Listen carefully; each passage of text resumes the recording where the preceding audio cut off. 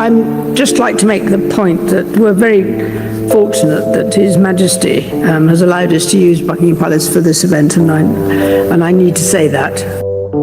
I want to start with a correction, because most of what you've heard about this story online is wrong. There was no secret handover. There was no moment where King Charles chose his sister over his wife. There is no Royal Regent title. What actually happened is stranger and more interesting than the rumor, because it's real and it tells you something true about how the modern monarchy is bracing itself for a future none of them can fully control. Let's start with the title people keep getting wrong. Princess Anne was not made regent. A regent is a specific, rare constitutional office, someone who takes over the full powers of the sovereign, usually because the monarch is a child or is permanently and completely incapacitated. It has only been formally activated a handful of times in modern British history, and it comes with its own oath, sworn before the Privy Council. What Princess Anne actually holds is a different, more commonly used role, Counselor of State, and the story of how she got there and why it matters doesn't need any embellishment to be worth telling. Here's the plain version. Under the Regency Act of 1937, as amended over the decades, a Counselor of State is someone legally authorized to carry out most of the routine business of the monarch when the monarch is unavailable traveling abroad, unwell, or otherwise indisposed. That includes things like attending Privy Council meetings, signing routine state documents, and receiving the credentials of new ambassadors. It does not include the deepest constitutional functions of the crown, like appointing a prime minister or dissolving parliament. Those stay with the sovereign alone, or pass to a regent in the rare case one is appointed. By law, the pool of eligible counselors of state is the monarch's spouse, plus the next 4 adults in the line of succession, so long as they're over 21 or 18 if they happen to be the direct heir. That's it. It isn't a title the king hands out as a personal favor. It isn't something he can revoke because he's annoyed with someone or impressed by someone else. It is set by statute, and changing it requires an act of parliament. That distinction matters enormously because it directly contradicts the version of this story that's been circulating the idea that Charles personally chose to hand Anne a red box of secrets instead of Camilla as some kind of loyalty test. Buckingham Palace has said this outright. In response to earlier speculation along these lines, the monarch has no personal discretion over who is or isn't a Counselor of State. Camilla, as the king's wife, has been a Counselor of State this entire time, automatically, by law. She was never sidelined. She was never denied access to anything. The premise of that rumor simply isn't how the system works. So if there was no dramatic snub, why does Anne's role matter at all? Because of a genuine structural problem that had been quietly building inside the monarchy for years, and it's worth walking through it properly, because it's a much better story than the fictional one.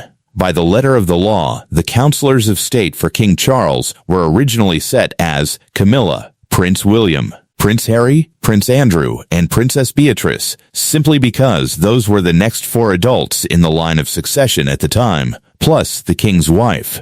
But look at who that actually includes. Prince Harry stepped back from royal duties in 2020 and relocated to the United States. Prince Andrew was forced out of public royal life after his association with Jeffrey Epstein became a defining scandal, and in 2025, he was stripped of his royal titles entirely. Princess Beatrice has never been a working member of the royal family and has her own life and career outside the institution. That left the king with a very uncomfortable legal reality.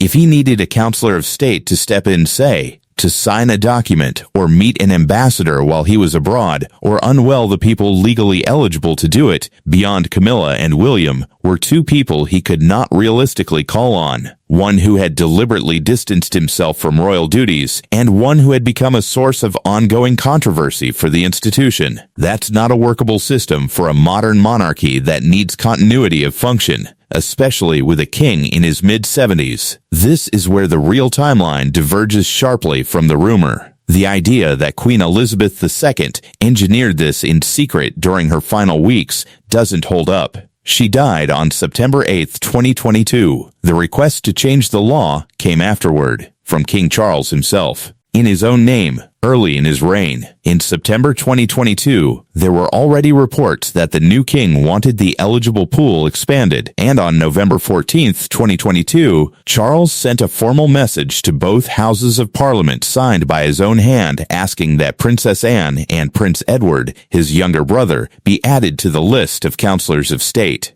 A bill was introduced the very next day, and it received royal assent on December 6, 2022, coming into force as the Councillors of State Act 2022. That's the whole mechanism, not a private family decision made behind palace doors, not a symbolic transfer of a mysterious red box. A king, weeks into his reign, recognizing a practical gap in his own government's contingency planning, and asking Parliament publicly, on the record, in a message read aloud in the House of Lords, to fix it. It's worth sitting with how unglamorous that is, because it's also what makes it credible. This wasn't a twist. It was basic institutional housekeeping, done in the open, that happened to involve two people, Anne and Edward, who were already among the hardest working members of the family. Even though the change added both Anne and Edward, Anne has drawn far more attention, and there are real reasons for that beyond palace mythology. She is second youngest to Charles among Queen Elizabeth's children, only 2 years apart from him, which means she lived through the same eras, the same national and Commonwealth transitions. As her brother, she isn't stepping into governance blind.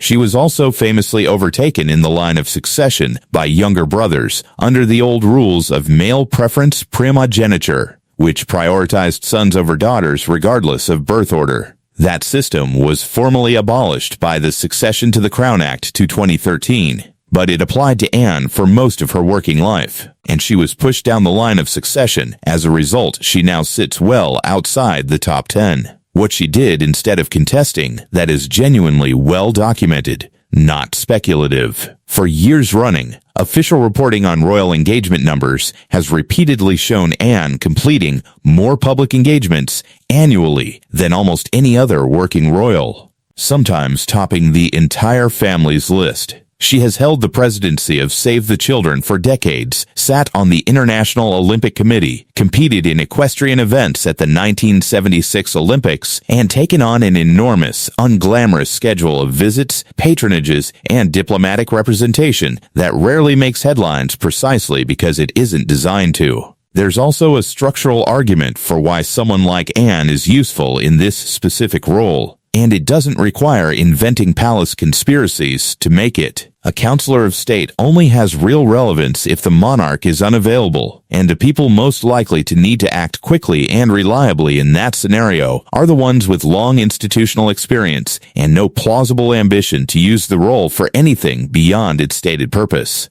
Anne cannot become monarch under any realistic scenario. That's not a dramatic twist, it's just true, and it happens to be exactly the kind of fact that makes someone a low-friction choice for this sort of administrative role. If you're looking for a real, visually striking moment that says something about how Charles regards his sister, you don't need to invent one, it already happened. On television, in front of millions of people. At the coronation in May 2023, Charles appointed Anne as Gold Stick in Waiting, a ceremonial role with centuries of history that is traditionally tied to the monarch's personal safety and trust. She rode on horseback in full military uniform directly behind the king's coach through the streets of London. It wasn't a secret gesture. It was broadcast globally, and royal commentators noted it at the time as a clear public signal of Charles's confidence in her. That's a real detail worth including in any honest telling of this story, the kind of image that doesn't need embellishment because it's already doing the work. Because so much of the false version of this story rests on painting Camilla as excluded, it's worth being direct about where she stands. Camilla is, and has always been throughout Charles's reign, a counselor of state by virtue of being his wife. That's automatic under the law, not something granted or withheld at his discretion. She has continued to appear at his side at state occasions, accompanied him during his cancer treatment, and by his own and palace accounts, has been one of his closest sources of support through his diagnosis. There is no legal mechanism by which Charles could strip her of Counselor of State status, even if he wanted to, short of Parliament changing the law governing royal marriages generally. The idea of a quiet contest between Camilla and Anne for royal trust just doesn't map onto how any of this actually works. The one part of the speculative story that does map onto something real is the underlying pressure driving all of this: Charles's own health. In February 2024, Buckingham Palace announced that the king had been diagnosed with an undisclosed form of cancer, discovered incidentally during treatment for a benign enlarged prostate. He stepped back briefly from public duties, then returned within months, determined to keep working through treatment. Camilla has described him as someone who won't slow down, and palace statements throughout 2024 and 2025 described him continuing a full diplomatic calendar, including hosting state visits while undergoing ongoing care. In December 2025, Charles gave a rare and personal video update, saying that thanks to early diagnosis and treatment, his cancer schedule would be reduced heading into 2026. Calling it a personal blessing. Buckingham Palace has been careful not to describe this as remission. Officials describe his ongoing care as moving into a precautionary phase, continuously monitored. As of mid-2026, he remains under some level of medical supervision while continuing an active public schedule, according to people close to him. A royal biographer who has tracked his reign closely has even described Charles as the happiest he's ever been in the role, energized rather than diminished by the demands of the job. This is the context that makes the Counselors of State Act 2022 look less like paperwork and more like foresight. A king who knew, within months of taking the throne, that he might face periods where he needed reliable people ready to step in, made sure that list wasn't limited to family members who were absent or compromised. Whether or not he anticipated his own cancer diagnosis specifically, the practical value of having Anne and Edward legally available became very real, very quickly. There's also a real, well-reported reason the burden hasn't shifted toward Prince William, and it doesn't require any secret family tension to explain. It's simply what William and Kensington Palace have said publicly. Catherine, Princess of Wales, announced her own cancer diagnosis in March 2024 and has spoken candidly about balancing recovery with public duties since. Reporting has repeatedly noted her withdrawing from planned appearances, including pulling out of Royal Ascot in 2025, as she continues to find the right pace for her return to public life. William, meanwhile, is raising 3 young children while positioning himself as heir and has been notably protective of his family's time and privacy since his wife's diagnosis. None of that is secret or hidden. It's been part of the public narrative around the Wales family for 2 years. It's simply true that William has had less bandwidth to absorb additional formal administrative responsibility during this period, and having Anne and Edward legally able to act as counselors of state gives the institution flexibility without requiring anything of him.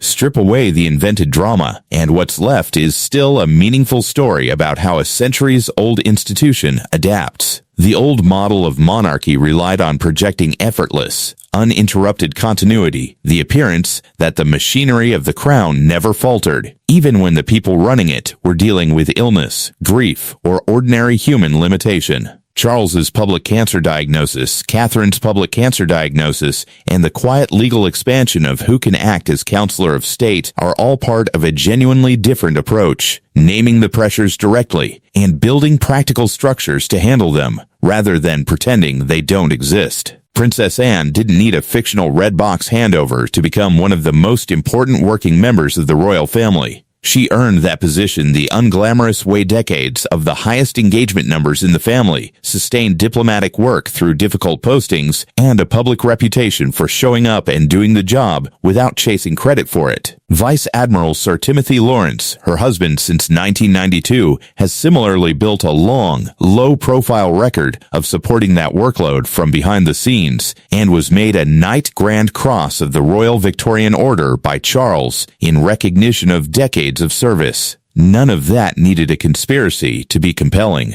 The real version of this story is a king. Newly on the throne and facing his own uncertain medical future, quietly fixing a gap in his contingency planning using the two family members most equipped to fill it, his sister and his brother, through the ordinary public mechanism of an act of parliament. It's less cinematic than a secret power struggle inside Buckingham Palace. It's also true, which is worth something on its own. If you want to understand where the British monarchy is actually headed, not the version built for clicks, but the one built on what's actually been said, voted on, and documented, that's it. A institution under real strain, adapting in the open, using the people who've spent their whole lives preparing for exactly this kind of moment.